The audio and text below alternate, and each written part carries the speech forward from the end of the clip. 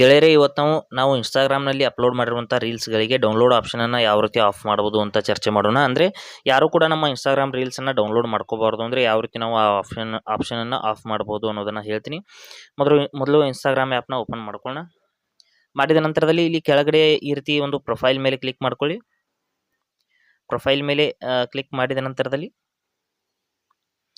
ಮೇಲ್ಗಡೆ 3 ಲೈನ್ಸ್ ಮೇಲೆ ಕ್ಲಿಕ್ ಮಾಡ್ಕೊಳ್ಳಿ. 3 ಗೆರೆಗಳಿರುತ್ತಲ್ಲ, ಅಲ್ಲಿ ಕ್ಲಿಕ್ ಮಾಡ್ಕೊಳ್ಳಿ. 3 ಲೈನ್ಸ್ ಮೇಲೆ ಕ್ಲಿಕ್ ಮಾಡಿದ ನಂತರದಲ್ಲಿ ಇಲ್ಲಿ ಅಕೌಂಟ್ಗೆ ಸಂಬಂಧಪಟ್ಟಂಥ ಎಲ್ಲ ಆಪ್ಷನ್ಸ್ಗಳು ಬಂದಿದೆ. ಇಲ್ಲಿ ಕೆಳಗಡೆ ಬಂದ್ಬಿಟ್ಟು ಇಲ್ಲಿ ರೀಯೂಸ್ ಆ್ಯಂಡ್ ಶೇರಿಂಗ್ ಅನ್ನೋಂಥ ಒಂದು ಆಪ್ಷನ್ ಇರುತ್ತೆ. ಶೇರಿಂಗ್ ಆ್ಯಂಡ್ ರೀಯೂಸ್ ಅಂತ ಇದೆ ನೋಡಿ, ರೀಯೂಸ್ ಅಲ್ಲ, ಶೇರಿಂಗ್ ಆ್ಯಂಡ್ ರೀಯೂಸ್ ಅಂತ ಇರುತ್ತೆ. ಆ ಒಂದು ಆಪ್ಷನ್ ಮೇಲೆ ಕ್ಲಿಕ್ ಮಾಡ್ಕೊಳ್ಳಿ. ಮಾಡಿದ ನಂತರದಲ್ಲಿ ಇಲ್ಲಿ ಸ್ವಲ್ಪ ಕೆಳಗಡೆ ಬಂದ್ಬಿಟ್ಟು ಇಲ್ಲಿ ಇದೆ ನೋಡಿ, ಡೌನ್ಲೋಡ್ಸ್ ಅಂತ. ಈ ಒಂದು ಆಪ್ಷನನ್ನು ನೀವು ಆಫ್ ಮಾಡಿದರೆ ಇಲ್ಲಿ ಆನ್ ಇದೆ ಸ್ನೇಹಿತರೆ. ಆನ್ ಇದ್ರೆ ಎಲ್ಲರೂ ಕೂಡ ನಮ್ಮ ಒಂದು ರೀಲ್ಸ್ಗಳನ್ನ ಡೌನ್ಲೋಡ್ ಮಾಡ್ಕೋಬಹುದು.